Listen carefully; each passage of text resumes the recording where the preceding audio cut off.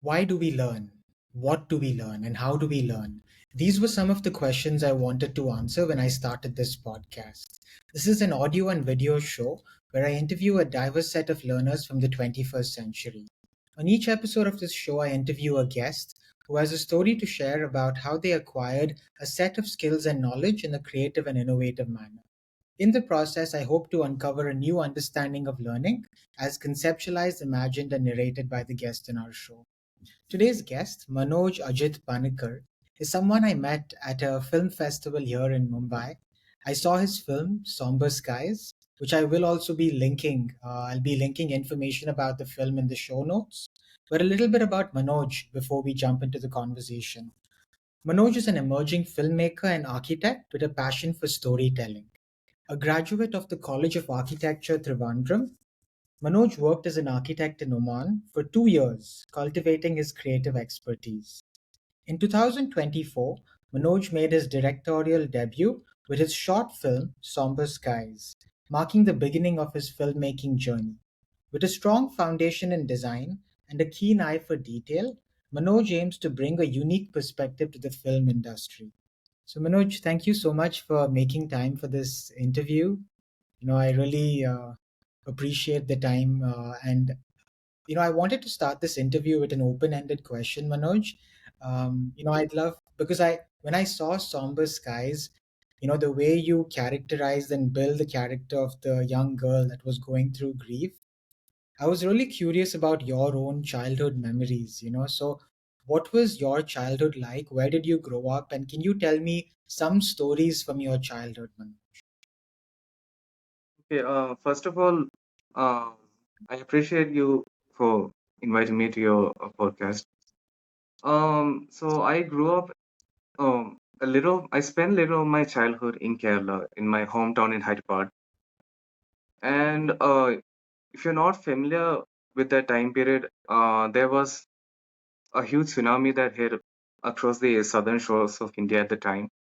And I was living in Alapura, which had the warning of the tsunami hitting there.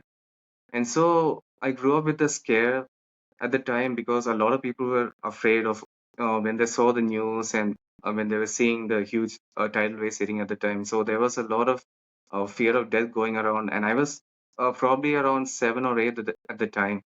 And almost around the same time, my mother's father passed away, and so I would say like the ideas of death and afterlife, they have been concepts that have been haunting throughout my entire life.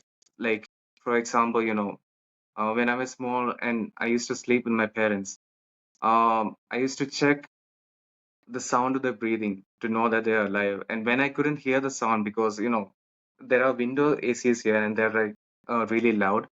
And when I couldn't hear the breathing of this, so what I would do is that I would look at their chest to see if it was moving. So that's how much the concepts of death and afterlife have been affecting me throughout. And I guess that's what really draws me towards storytelling as well. Like it's a medium for me to explore these same concepts in my own way, and I think that's what really drew me to the story of Somber Skies as well. When once I got the material, I knew that this was what I should be doing for my debut short film as well. So, yeah. That's amazing, Manoj. And I know before filmmaking, architecture was one of your big passions and still is, your profession in a lot of ways. So where did this curiosity for architecture emerge for you, and how did you? What I know you studied at the government at the College of Architecture Trivandrum, which is the short form as CAT. So where did the curiosity emerge, and what was your experience in that 5-year course at CAT as well? I would say my father is a civil engineer, and so watching him in his office growing up, and I spend a lot of time in the office as well. So that I think that's where the interest really came to me, and a lot of it came from the people that I know who have pursued this course, like the way they talk about the course and how if you have a real passion for art and architecture in general, I guess that's what really drew me to the course. If you're talking about the experience, I mean, it is a mix of a lot of hectic schedule and finding the passion for it as well. Like, I'd say throughout this 5 year course, maybe like for the first 3 years, I was really enjoying the process, like getting to know the different art forms that came around the world that are currently trending in the world right now, and the way different techniques that people used in their buildings, how that inspired me and all. And I think towards that, the second half of that career is where I not that I lost interest in the course or anything, but I the way I see my fellow colleagues in my college, the way they see the art from, I think I knew this that there was something missing there, like the fire inside of them that kept on till the end. I think somewhere along the line, I was looking for that fire, and I didn't get that through architecture necessarily.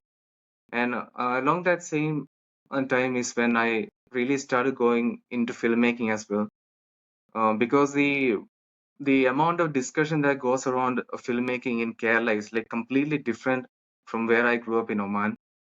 Because there are like names like Anurag Kashyap and Christopher Nolan. They're like household names. Like a lot of people talk about them regularly, and I so yeah, like the amount discussion that happened there really changed me. Um, so yeah, Yeah, like, and I like one of the things I really enjoyed doing when I was preparing for this, Manoj, I was looking through your Letterboxd profile. You know, there are over 1,000 films that you have reviewed and spoken about.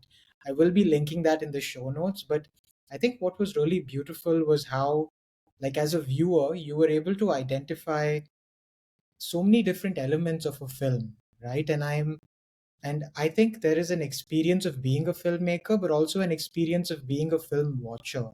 So, growing up, what were some of the first films you remember watching and you have like distinct memories of as a child? I mean, speaking about my early memories, like one of the first three memories of my life is that of a film, and it's one specific film in one specific scene in Jurassic Park. It's a scene where the T-Rex first gets revealed, and the children are sitting in the car. They're hearing this huge footsteps, and there's a shot of the boy looking at a glass, and there's a water in it, and you see the surface tension of the water changing as the T-Rex comes closer, and that's one of the first experience of my life, and those are the things that really influenced me throughout my life as well. I think like throughout my school life, I wasn't exactly that focused on appreciating films as well. Like I was mostly focused on commercial films and the regional cinema from Malayalam industry. As I said before, college is where I really started exploring more art forms because what architecture does is that it invokes a certain level of criticism for other art. Criticism not as in a negative way, but as in an appreciation of the things that works and the things that could have worked better. And one thing I noticed in architecture is that a lot of things that people learn in filmmaking visually is closely related to some of the things that we learn in architecture as well. So, like the rules of symmetry, Jessol's law, and a lot of the visual elements that we learn in architecture, they're also applicable to filmmaking as well, to visual storytelling. And I think that's what really I apply to the reviews that I put on Letterboxd or appreciating film as well. Like something that I noticed at Mami when I attended is that whenever I talk to filmmakers about their films, like when I met Shruti Talati and I talked to her about Girls Who Be Girls, I was specifically talking about how architecture was used in the film, like how the repetitive architecture elements in there were used to, show the amount of order that we face in boarding schools and all that. So, so yeah, I think, um, in a way. the course itself helped me appreciate films in way more than I could imagine. Yeah. That's very interesting because I feel like your perspective as an architect is, in some way shaping your perspective as a filmmaker. You see both these professions sort of, and when you spoke about Mami, I remember seeing a film there, In Retreat by Mesa Ali, where Mm, for me, I think one of the defining characters in the film was actually the place where it was shot, and mm, I thought there was a transformation of the place as the film started and ended. And I think it's really fascinating to see how settings can be such an important role in like films as well. So that was really interesting to hear, Manoj. But in terms of Malayali cinema, I'm a very big fan of Malayali cinema, and I feel like it's something that we should really be proud of as Indians. But for me, my introduction to Malayali cinema was more recent, in the 2005s, 2010s, with actors like Fahd Fasal and some of those films coming out. But I'm really curious about the history of Malayali cinema, like where did it first start evolving from, and how did it get to this point where you have such original, unique stories that are so rooted in those local communities?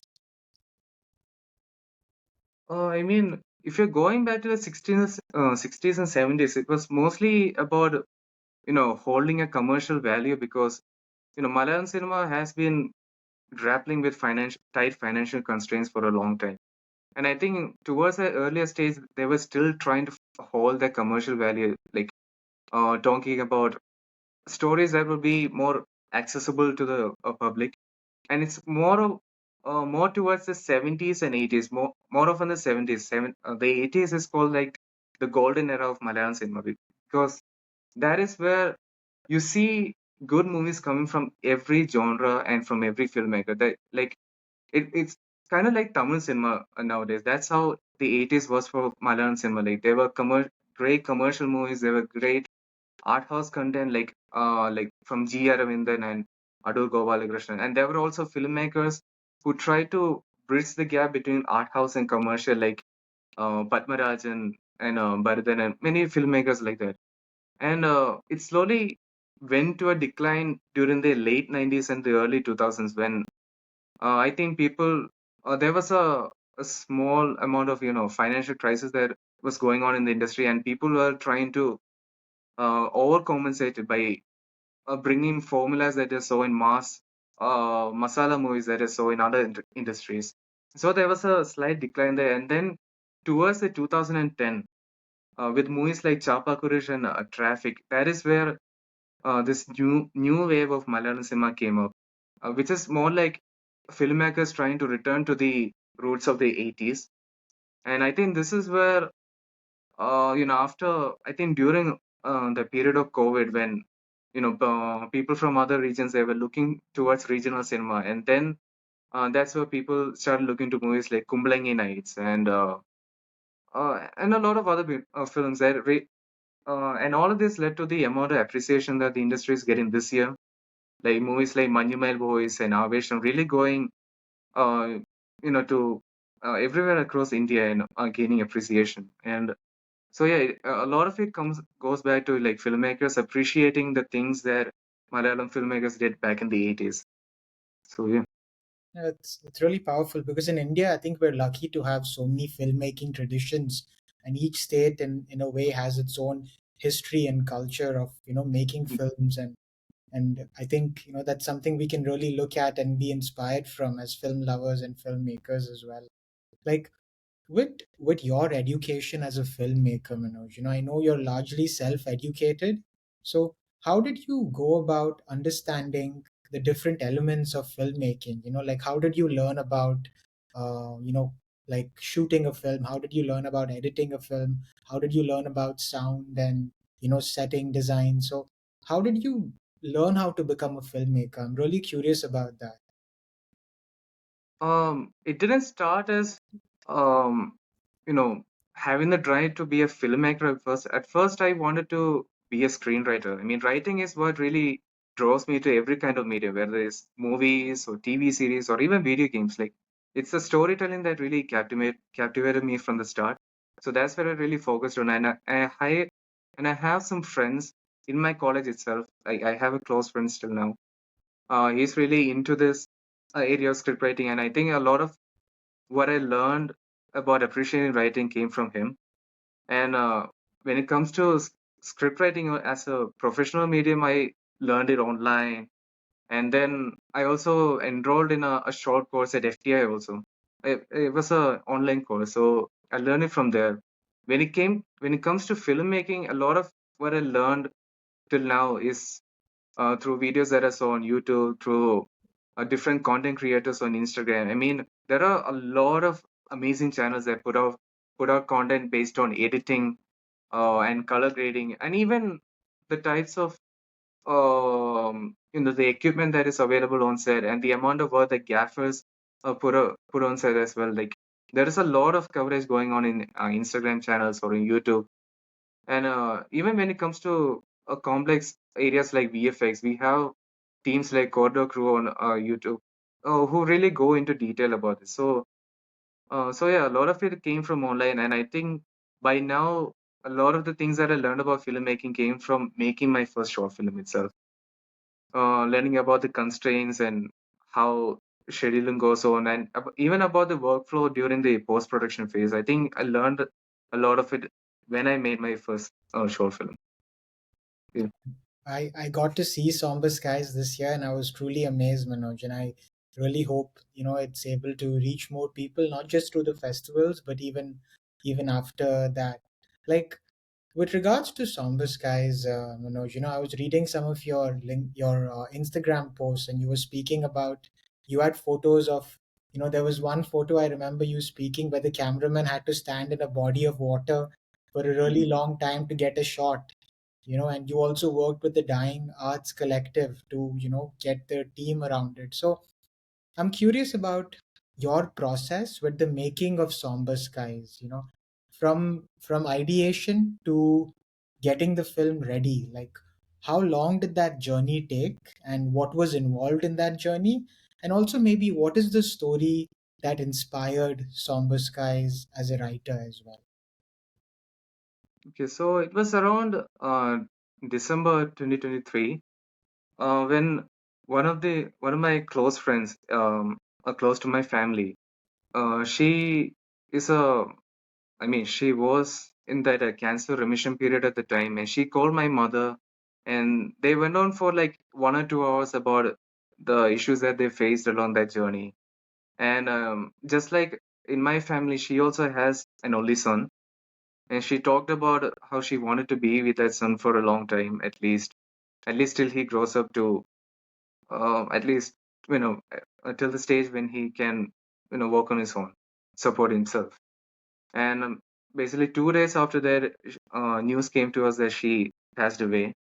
And that story really stood by me because, for one thing, like I mentioned before, that the kid was an only child. So, in a way, I could understand the pain that he was going through. And also, like I mentioned at the start of this interview, that the ideas of death and afterlife are ideas, a concept that have been haunting me. So, this story really stayed with me. And I guess a part of the reason why I got into writing the script for this short film is to just lay out my feelings into that story, how to deal with grief and all that, and that took around 1 week, 1.5 week to write the first draft and work through the second draft as well.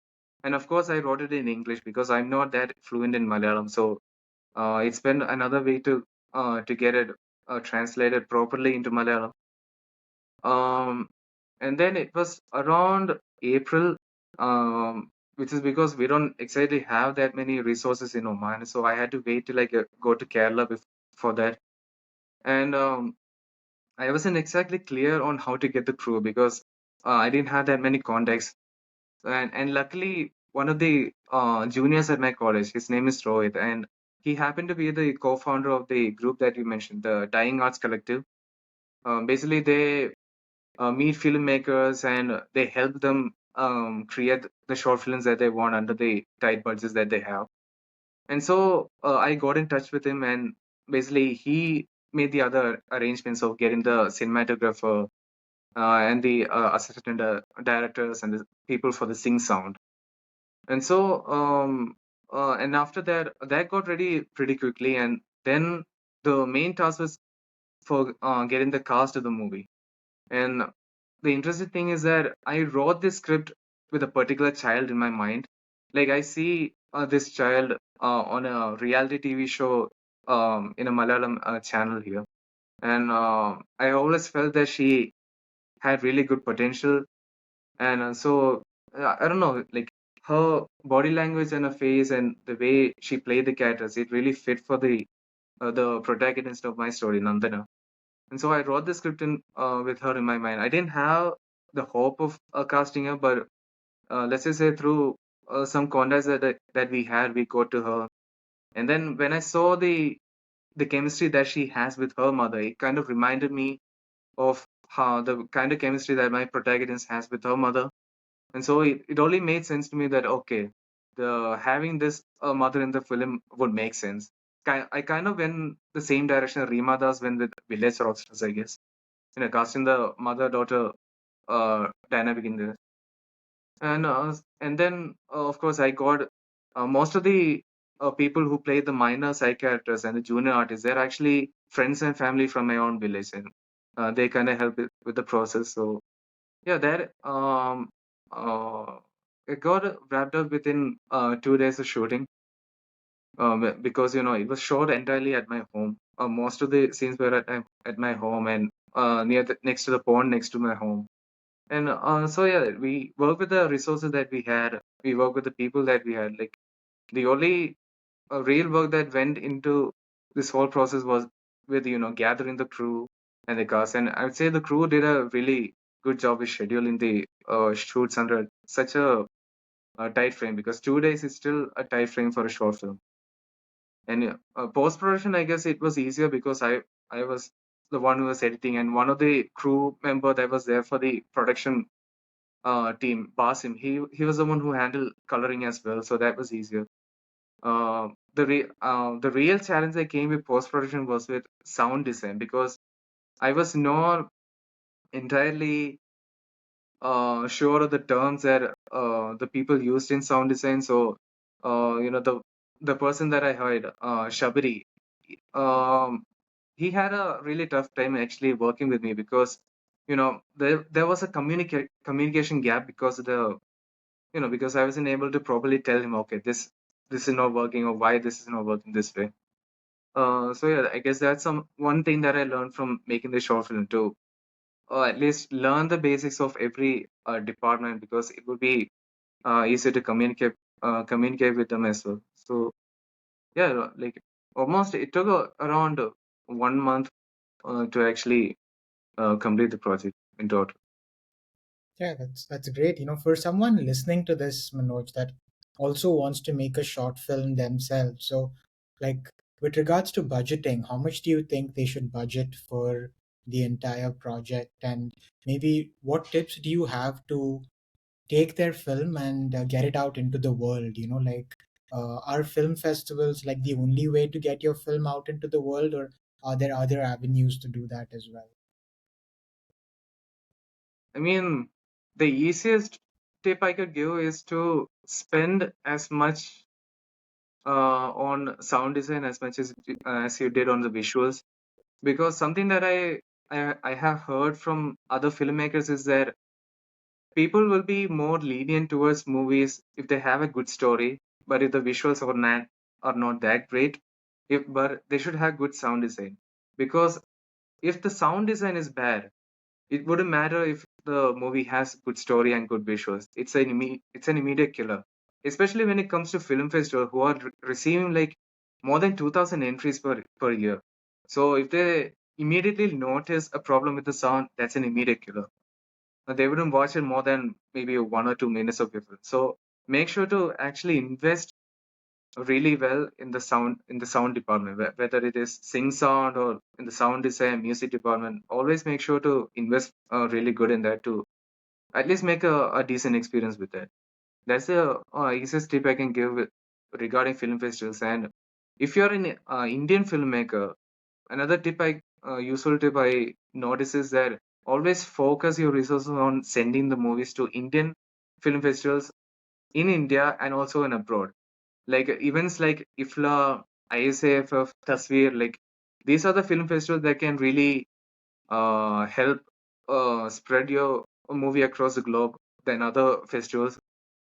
Because like I had my North American premiere in Canada through ISAFF, and I've said that was an amazing uh, experience. And I think we are talking about teams that are dedicated to encouraging filmmakers in India and from the Indian diaspora. So make sure to always focus on those festivals at first.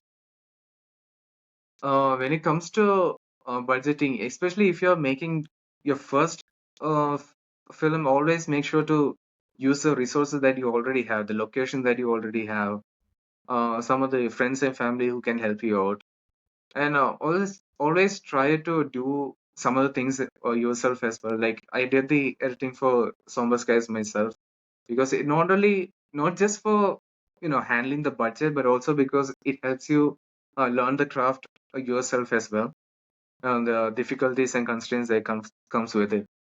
Um, so yeah, these are things I think that I have to give from my experience. Got it, Manoj. And I highly recommend if you ever get a chance to watch Somber Skies. I was lucky I got to watch it at Mami, but I hope there's a chance for other people to also access the film in the future, through a platform or through a live screening, Manoj. So, Manoj, I was thinking about your Letterboxd reviews, and I read like at least 10 to 11 reviews that you have written. I really enjoyed the remarkable life of Ibil review because you spoke about your passion for video games and how you were able to see that in that review. I loved your Santosh review, the movie Santosh, because I got to see it recently, and I liked how you spoke about how the two characters had that relationship, right? So Mm. I was really intrigued by how you watch a film as a filmmaker, like, and that's something I struggle with. Whenever I watch a film, I always focus on the story, right? Mm. So as a filmmaker, like, when you watch a film, what are some of the things you try to notice? Like, how can you watch a film as a filmmaker and appreciate the different elements of? I mean, as someone who started with script writing, of course, story and the characters are what matters to me the most. But another thing, like I said before, because of how much we learned about the visual elements in architecture, I think that's an analysis that comes to me naturally when it comes to the visuals. Like, for example, even when it comes to the remarkable life of Evelyn, how they use the video game cutscenes to progress the story forward. Like, I think the I would say these are things that I think architecture kind of gave me that sense of analyzing the visual elements that comes with it. And I think listening to a lot of directors online, like listen to the interviews that they give, I think that will help you understand the effort that is put into crafting the transitions and all of that. Like the way Martin Scorsese, describes the transitions and some of the camera movements that they achieved in the Taxi Driver and stuff like that. I think that really gives you an idea of how camera movements and even character movements work differently for a movie. Like even like you attended Mami, so I'm guessing you must have seen A Day on a Sunday. It was a short film in the Royal Stack section. It's based on a town in Nagaland, and the way the director Teja, the way the team captures the characters' movements across the frames, and these are some of the things that you really come to appreciate after you see a lot of films and listen to directors' interviews and stuff like that. Like mainly, I'll say my journey on Letterboxd. That is something that has been vital to my analysis, like looking at how others have analyzed in their reviews. I think that's also something that helped. And something that I tried to do once I started my journey on Letterboxd is that when I pick a director, I go through their entire filmography just to understand the journey that they went through. and filmmakers like Abbas Kiarostami and even Scorsese. Like I was able to appreciate the journey that happened in their career in terms of how they use not just in their writing but also visually how they place these characters and the staging when it comes to Kurosawa and Satyajit Ray. I think these two are like my teachers for staging. So yeah, like watching a lot of films, I think that gives you a different sense of appreciation for how things are conveyed in a movie. Yeah, I think like I was actually, and I because I really enjoy reading Letterboxd reviews, and I noticed that in October you saw about 48 films, and in September you saw over 50 films, which I was so shocked by, and I think filmmakers really like watching films is in a lot of ways your education, right? You Mm. by watching films you are learning different elements, and I think that is like the best way to sort of learn and acquire new storytelling techniques, sound design techniques, new visual setting techniques. So like I think the amount of time you've put into watching films is just commendable, like it's really like surprising. Like, and this is more of a philosophical question, Manoj, and I don't know if it is like the right question as well, but since the emergence of film as a medium, right, in the 1900s after photography came, why do you like how has films like what has watching films taught you about life, like it's more of like a philosophical question, like why do humans watch films, or according to you, what has it taught you about life? I think from watching, spending a lot of time with filmmakers like Michelangelo Antonioni and or even Kurosawa, something that I learned about existing is that people inevitably everyone tends to go in a monotonous life. Like no matter how much uh, people start off in their life, like when everyone starts out, they always think that they will stand out as one of the 0.1% of the percentage of the population. And most of the stories that you see that deal with existentialism, they're always about characters not being able to accept the fact that that this is it, that there's not going to be more than this. Like filmmakers like Richard Linklater, who spends a lot of time showing the passage of how a character has to deal with the concepts of time. And I think in a way movies are a small sort of escape. Like even when it comes to a country like India, where movies are not only seen as an art form, but it's also seen as a celebration. And people are just trying to break away from their monotonous life, from the hardships of their life, and they're just trying to just give away into the celebration that is happening on screen. Um, so yeah, um, I think I guess every filmmaker has been dealing with the idea of character just trying to break away from what they are. Well, most of them are trying to run away from themselves or not accepting themselves, and a lot of this journey comes with it ends with either they accept themselves or they don't, and they don't realize it. Like even when you come to a more accessible movie like Greta Gerwig's directorial debut, Lady Bird, like how she rejects even the idea of her name, the identity of her family and that of her hometown, and having to accept the fact that maybe this is what's going to be it. This is what she is, and she has to accept that. And that is something I'd say that I learned most from watching movies and from how different filmmakers deal with these ideas. And even for people who don't deal with existentialism per se, like people like Koreeda or most of the filmmakers in Malayalam cinema who deal mostly with the relationships in a family. I think there's also you can also sense that similar ideas of isolation and uh, the connecting to someone or even disconnecting with people, having your own independence or having that urge to find a family somewhere. Like there is always there that theme of running away from the person you are, or always going to that the greener pastures.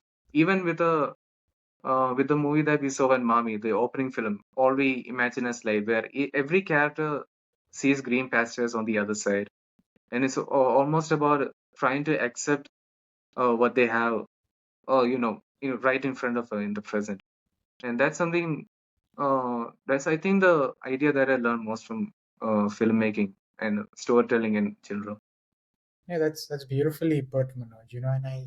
And I'm thinking about like my relationship with films as well. I know when I lost someone very close to me, it was hard to speak about that experience to friends, because I was finding it hard to bring them up to date with what was going on in my life. But I would watch a movie like, I don't know, Waiting, and I would slowly understand the, stages of grief. And in a lot of ways, films helped and comfort me, in that time. And, I was also an immigrant at one point, and I remember watching Namesake, and I was able Mm. to articulate emotions and experiences that that character was going through and make sense of my experience in that moment as well. And I don't know, I remember reading this research somewhere where there is like a neuron in your brain called a mirror neuron, where I think the research, and I'll have to like back this up and you'll have to read it further, but it says that when you watch something, your brain is almost acting like it is actually experiencing it, and it releases the same sort of neurotransmitters as if you were. So when we watch all these emotions, like sadness, happiness, or like characters going through these graphs, or maybe not even going through these graphs, I feel like we also in some way go through the same journey, like.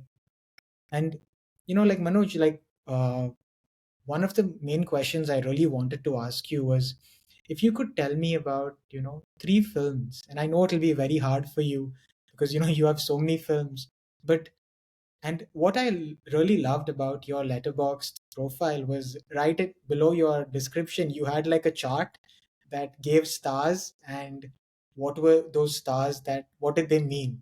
And some films that had 5 stars were really good films.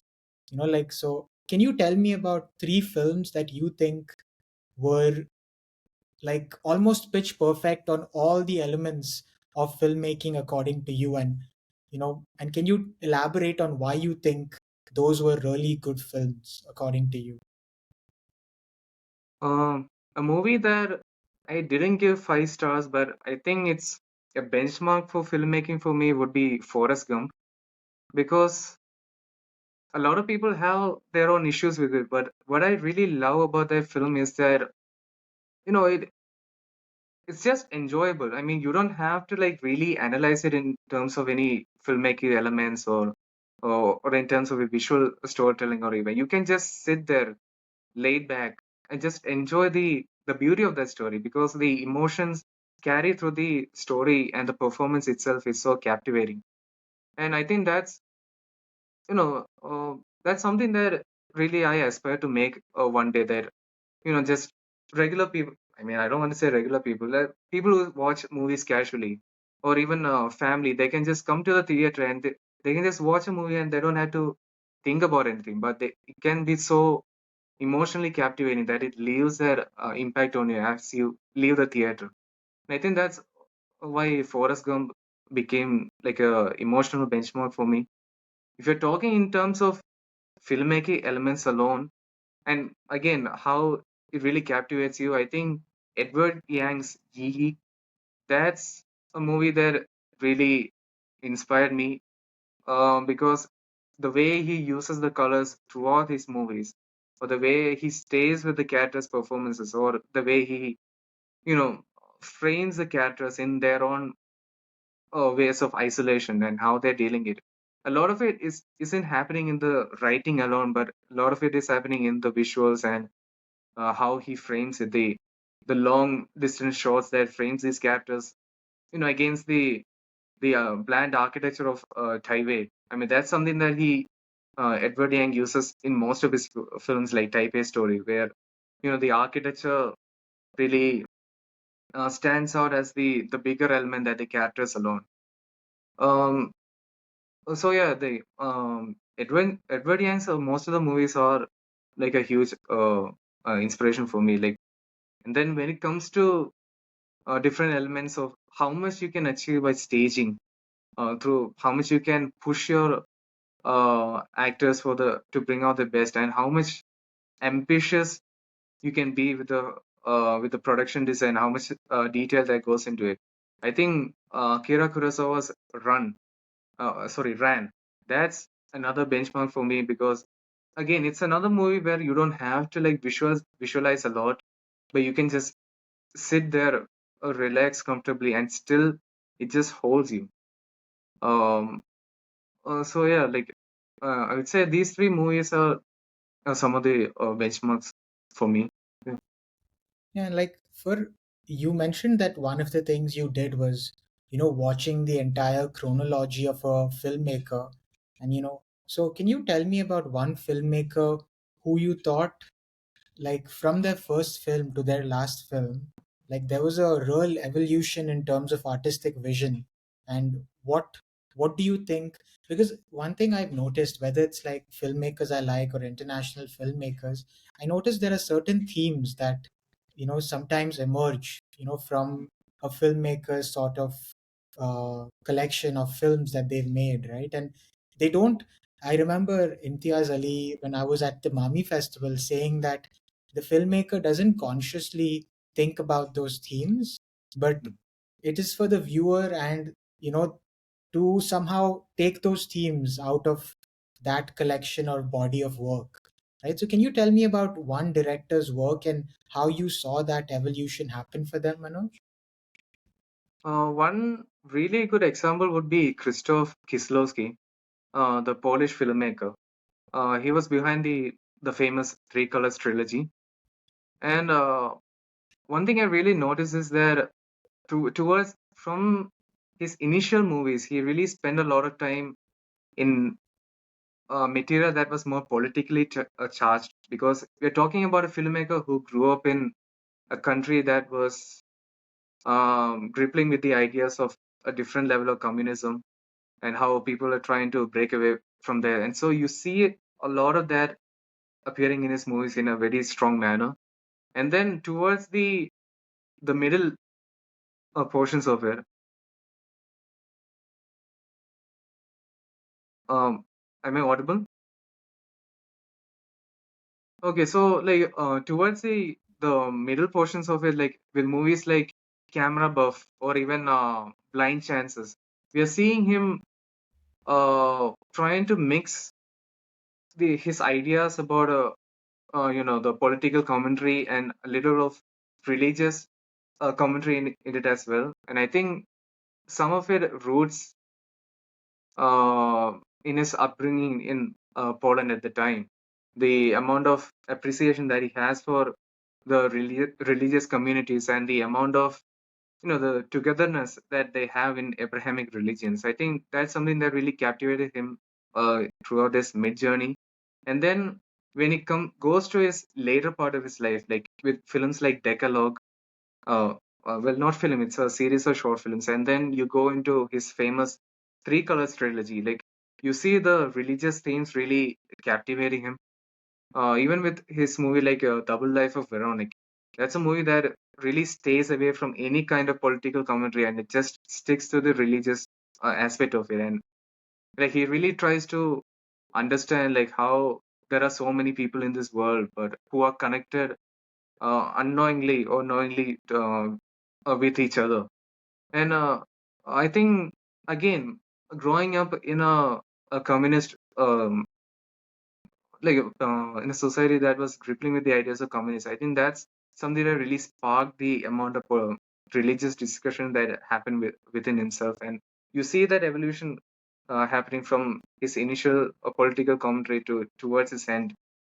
And if I'm not mistaken, he was going to make another trilogy that was solely based on the ideas of, I think, heaven and hell. Like there were ideas like that he was going to do, and then he sadly passed away after um, the third part of the Three Colors trilogy. And yeah, I think he's uh, the filmmaker where I would say there's like that clear evolution from his start to the end.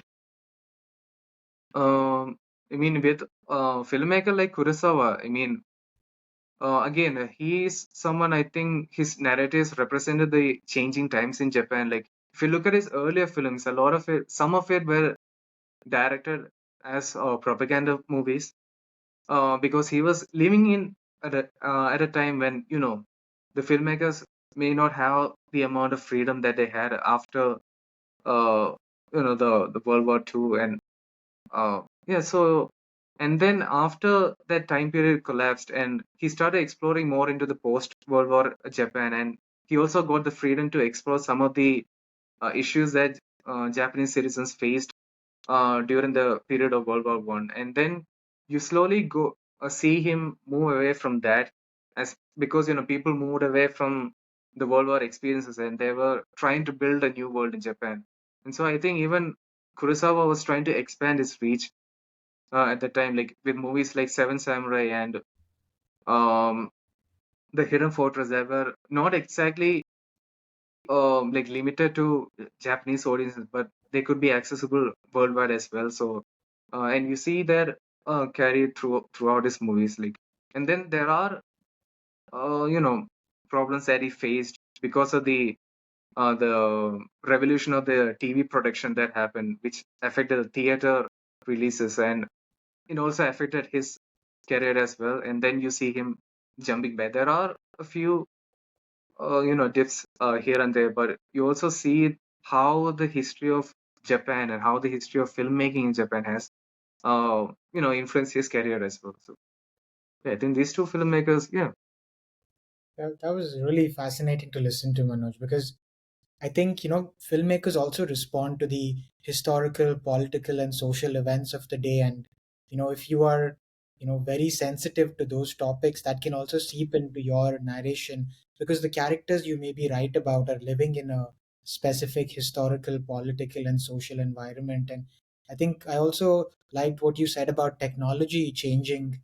Like now you have artists coming out and creating works in, virtual reality, and Mm. it's just interesting to think about how technology also changes, that artistic vision in some way. For the final question, Manoj, I know you were at Mami recently, and I'm just wondering what is the filmmaker's experience at a film festival like? Like what did you learn from participating in all these film festivals? Because like the I attended the Mumbai Film Festival, and I was fortunate to attend the Toronto Film Festival. I really love this experience, but I only attend it as a viewer, as a someone that loves film. So, like, do you think attending film festivals helps you as a filmmaker, and why do you think that is the case, or why not? As to how film festivals can help as a filmmaker, I mean, I have only attended one film festival as a delegate, as a general delegate. That was the 2022 edition of IFFK, and that is the one of the core events that shaped my interest for filmmaking as well. Because like even sitting at a house, sitting in a hometown, like there are only a few film nerds that you can talk to actually. But then you go to a film festival, like every person there is a filmmaking nerd or a film nerd in a way.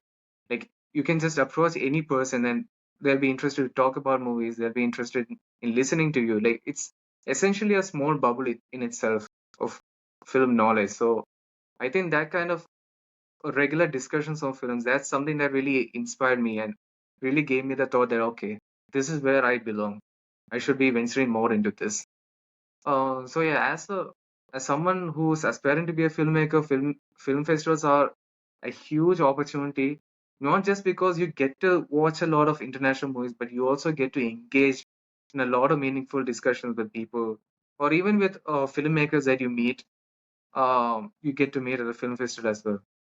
As a filmmaker, how that is different is that you get to spend a lot of professionals from the industry.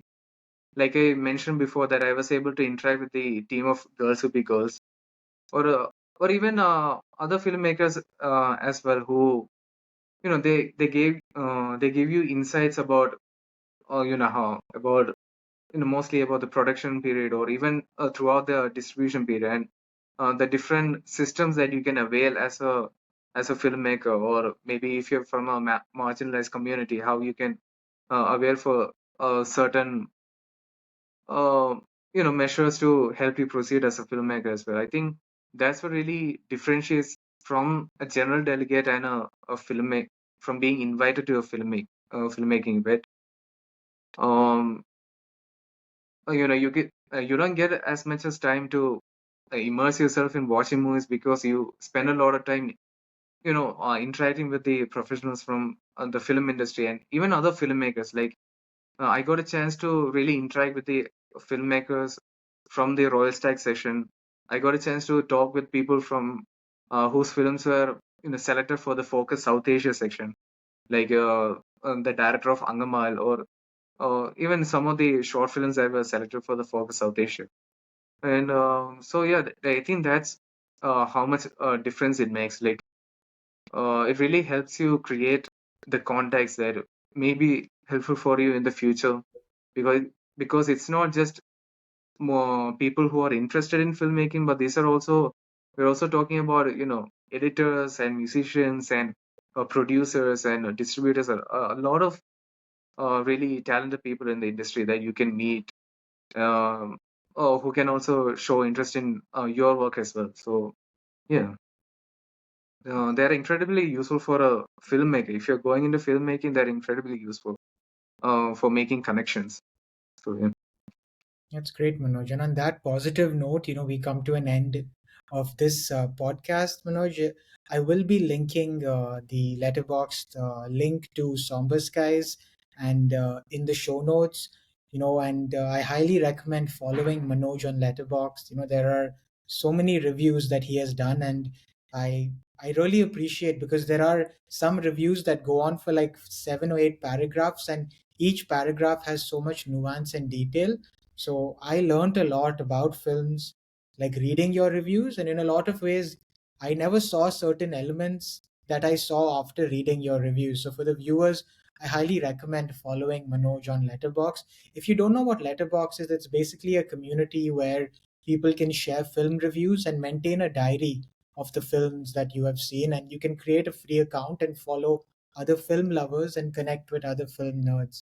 So until next time, do stay tuned for more such interviews of young Indians defining the future of our country.